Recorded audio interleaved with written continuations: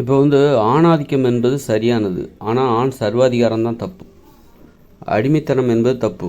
ஒரு ஆணாதிக்கத்திற்கு பெண்கள் உதவியாக இருக்கணும். தற்போதுள்ள இயந்திர அறிவியல் உலகில் ஆண்கள் ஆணாதிக்கத்தோடு இருக்கணும். அதை இழந்துடக்கூடாது. அதனால் ஆணாதிக்கம் என்பது தான் தற்போதுள்ள இயந்திர அறிவியல் உலகில் ஆண்களுக்கு நம்பிக்கை, அது பெண்களுக்கு அதுதான் பாதுகாப்பு. அதனால் ஆண்கள் ஆணாதிக்கத்தை இழந்துடக்கூடாது.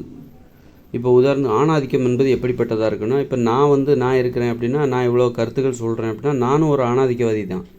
எனக்கும் ஆணாதிக்கம் இருக்குது. அது நான் ஒரு காலத்தில் அது ஒரு குற்றம், ஆணாதிக்கம் என்பது குற்றம், பெண்கள்கிட்ட பணிவாக நடக்கணும், அவங்க பேசுகிறத கேட்கணும் அப்படின்னு நான் எவ்வளோ முயற்சி பண்ணேன். அது என்னால் முடியலை. ஏன்னா அது இந்த இயந்திர அறிவியல் உலகில் ஆண்கள்கிட்ட தான் இந்த உலகமே இருக்குது. ஆண்களின் பொறுப்பில் தான் இந்த உலகமே இருக்குது. அப்படி இருக்கும்போது எனக்கு அந்த ஆணாதிக்கம் என்பது வரதான் செய்யும், இயல்பாகவே வரதான் செய்யும். அந்த ஆணாதிக்கத்தை நான் இழந்துட்டேன் அப்படின்னா, நான் இந்த இயந்திர அறிவியல் உலகில் ஒரு கோழையாக தெரிவேன். அதனால் ஆணாதிக்கத்திற்கு ஏதாவது ஒரு சிறந்த எடுத்துக்காட்டு, அது ஆணாதிக்கம் என்பது சிறப்பானதா இல்லையா என்பதை நீங்கள் தெரிந்து கொள்ள வேண்டுமென்றால், இப்போ நான் சொல்கிறேன் இவ்வளோ கருத்து சொல்கிறேன்.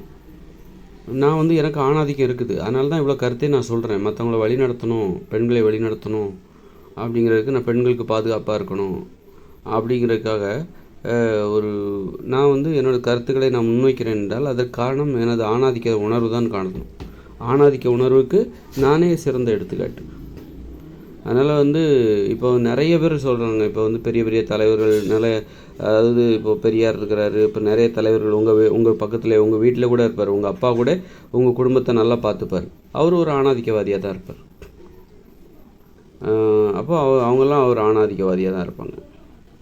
அதனால் ஆணாதிக்கம் என்பது தப்பு கிடையாது. அதையே தப்புன்னு சொல்லிட்டு ஆண்களை குற்றவாளியாக்கக்கூடாது. இந்த இயந்திர அறிவியல் உலகில் ஆணாதிக்கம் என்பது தான் சரியான நடைமுறை. இந்த உலகமே, இயந்திர அறிவியல் உலகமே ஆண்களோட பொறுப்பில் தான் இருக்குது. அதனால் பெண்களும் என்னென்ன பண்ணணும்னா, இந்த ஆணாதிக்கத்தை எதிராக நினைக்காதீங்க. அதை நீங்களும் வரவேற்கணும். ஆணாதிக்கத்தோடு இருப்பதற்கு தான் நீங்கள் ஆணாதிக்கத்திற்கு உதவியாக இருங்க. ஆனால் ஆணாதிக்கம் என்பது மென்மையானது. அது பெண்களின் சுதந்திரத்துக்கு எதிரானது கிடையாது. பெண்களின் சுதந்திரத்துக்கு ஆதரவானது. பெண்கள் மகிழ்ச்சியாக இருக்கணும், பாதுகாப்பாக இருக்கணும், சுதந்திரமாக இருக்கணும்.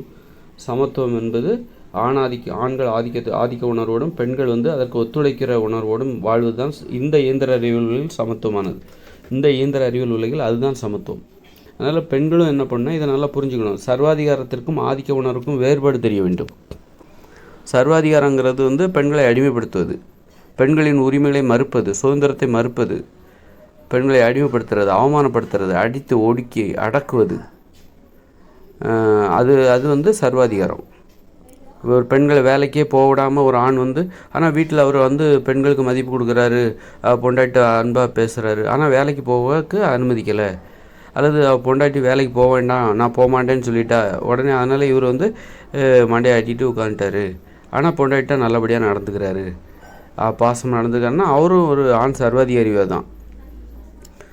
ஒருபோதும் ஒரு ஆண் தன்னை ஏமாற்ற பெண்களை அனுமதிக்கக்கூடாது. மனைவியாக இருந்தாலும் சரி, அம்மாவாக இருந்தாலும் சரி. வீட்டிலே ஒரு பொண்ணு வேலைக்கு போகாமல் இருக்கிறா அப்படின்னா, பொண்டாட்டி வேலைக்கு போகாமல் இருக்குன்னா, அது ஆண் அப்போ ஆணின் பொருளாதாரத்தில் தான் அந்த மனைவியும் வாழ வேண்டியிருக்காதுன்னா, ஆண் தன்னை ஏமாற்றுவதற்கு தனக்கு மனைவிக்கு அனுமதி கொடுத்து விடுகிறார் என்று ஒரு பரிதாபப்படவே கூடாது. தயவு தாட்சணியே பார்க்கக்கூடாது. இந்த விஷயத்தில் தயவு தாட்சணியே பார்க்கக்கூடாது. வேலைக்கு நீ போயே ஆகணும். நீ உன்னுடைய பொருளாதாரத்தில் நீ வாழணுங்கிறத விட, நீ என்னை ஏமாற்றுறதுக்கு நான் அனுமதிக்க மாட்டேன் அப்படிங்கிறதுல ஆண்கள் தெளிவாக இருக்கணும்.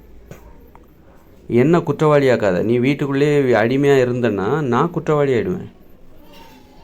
உனது குற்றத்திற்கு நீ ஒரு அடிமைத்தனமான வாழ்க்கை வாழ்வதற்கு நான் உடந்தையாகி விடுவேன் அப்படின்னு சொல்லிட்டு ஆண்கள் மறுத்து விட வேண்டும். ஒரு இழிவு நிலைக்கு போயிடுறான் ஆண். ஒரு இழிவு நிலைக்கு, பெண்களை அடிமையாக வாழ்வதற்கு நிறைய பெண்கள் வேலைக்கு போகிறதுக்கு விரும்புறதில்லை. வேலைக்கு போக சொன்னால் அதை ஆண்களை எதிரியாக பார்க்குறது, அப்படிப்பட்ட நிலையம் இருக்குது. அப்படி இருக்கும்போது ஆண்கள் இந்த விஷயத்தில் நீ என்ன வேணால் என்ன எப்படி வேணாலும் நினச்சிக்கோ, அதை பற்றி எனக்கு கவலையே கிடையாது, நீ வேலைக்கு போயிடு. வேலைக்கு போகவே முடியாது, என்ன பண்ணுவேன்? அதான் வேலைக்கு போகிறதுக்கு முன்னாடியே நீ வேலைக்கு போகிற பொண்ணா பார்த்து கல்யாணம் பண்ணிக்கோங்க. கல்யாணம் பண்ணதுக்கப்புறம் நான் வேலைக்கு போவேன் அப்படின்னு நினச்சிட்டு எந்த உத்தரவாதமும் வாங்கிக்காதீங்க. அப்படி ஒரு உத்தரவாதத்தை நம்பாதீங்க, அப்படி ஒரு உறுதிமொழியை நம்பாதீங்க. கல்யாணம் எப்போ படிப்பை முடிச்சிட்டியா வேலைக்கு போயிடு, அப்படி வேலைக்கு போகிற பொண்ணா பார்த்து கல்யாணம் பண்ணிக்கோங்க. அதுதான் ஆண்கள் அந்த குற்ற உணர்வுலேருந்து விடுபடும். நிறைய ஆண்களுக்கு குற்ற உணர்வு, நம்ம வந்து ஆணாதிக்க உணர்வோடு ஆணாதிக்கத்தை தப்பாக புரிஞ்சிட்டு இருக்காங்க. அப்போ சர்வாதிகார உணர்வு நம்மக்கிட்ட இருக்குதா? பெண்களை அடிமைப்படுத்துகிற ஒரு ஆளாக நாம் இருக்கிறோமா? இந்த ஊர்வலத்தில் நடக்கிற மாதிரி பெண்களை அடிமைப்படுத்துகிற செயலில் நாமும் இடம்பெறுகிறோமா? நாமும் அந்த செயலை செய்கிறோமா? நாமும் அந்த குற்ற செயலை செய்கிறோமா? அப்படிங்கிற குற்ற உணர்ச்சி ஆண்களுக்கு இருக்குது. அதுமாதிரி பெண்களுக்கு நாமும் நாமும் அடிமையாக இருக்கிறோமா? பெண் அடிமைகளாக நாமும் அந்த லிஸ்ட்டில் வர்றோமா அப்படின்னு சொல்லிட்டு பெண்களுக்கு ஒரு குற்ற உணர்ச்சி. அதனால் வந்து அந்த முதல்ல வந்து தெளிவாக அவங்கவுங்க பொருளாதாரத்தை ஆணின் உழைப்பில் பெண்கள் வேலைக்கு போயிட்டாங்க, ஆணும் பெண்ணும் சரிசமமாக குடும்பத்தின் பொருளாதாரத்தில் பங்கெடுக்க வேண்டும். ஒரு பெண்ணுக்கு அதிகமாக அதாவது ஆண்கள் தான் குடும்பத்தை நிர்வகிக்கணும். அப்போ குடும்பத்தை நிர்வகிக்கிற பொறுப்பு ஆண்கள்கிட்ட தான் இருக்குது. அப்படின்னா இப்போ அந்த குடும்பத்துக்கு தேவையான பணம் வந்து 20,000 பணம் அப்படின்னா மனைவி 10,000 கொடுக்கணும், கணவன் ஒரு 10,000 கூட 2,000 போட்டு 12,000 கொடுக்கணும். ஏன்னா கணவனுடைய தலைமை பொறுப்பு. அப்போ தான் ஆதிக்க உணர்வு வரும். கொஞ்சம் அதிகமாக பணம் போட்டால் தான் அந்த ஆதிக்க உணர்வு வரும். இல்லைனா 2 பேரும் சமமாகிடுவீங்க.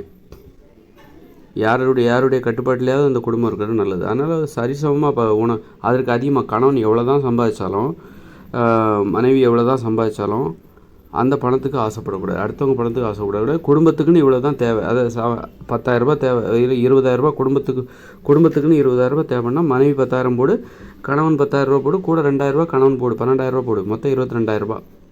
இதுதான் இப்படி தான். இதுதான் வந்து நீங்கள் வந்து ஒரு குற்றவாளியாக இல்லாமல் நேர்மையான முறையில் ஒரு குடும்பத்தை நடத்துவதற்கு இதுதான் வழி. நீங்கள் மனைவி நிறைய சம்பாதிக்கிற அப்படியே அவன் சம்பளத்தை ஏடிஎம் கார்டை என் கையில் கொடுத்துரு அப்படின்னா அப்போ நீங்கள் குற்றவாளி ஆகிடுவீங்க. அதனால் பெண்கள் பயப்படுறாங்கன்னு அர்த்தம். அதனால் வந்து ஒரு திட்டமிட்டு வாழணும். குடும்ப பொருளாதாரத்தை சரிசமமாக பகிர்ந்து கொள்ள வேண்டும்.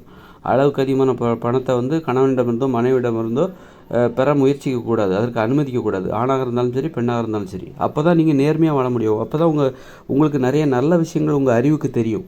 நீங்கள் குற்றங்களை வந்து அலட்சியப்படுத்திக்கிட்டே செஞ்சுக்கிட்டே போகிறீங்க அப்படின்னா அப்போ நீங்கள் உங்கள் மூளை சரியான வேலை செய்யாது, உங்களுக்கு அறிவு என்பது வராது.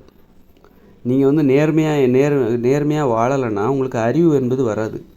சின்ன விஷயங்களில் நீங்கள் நேர்மையை வந்து அலட்சியப்படுத்துனீங்கன்னு வச்சுக்கோங்களேன், உங்கள் மூளை வந்து சரியாக வேலை செய்யாது.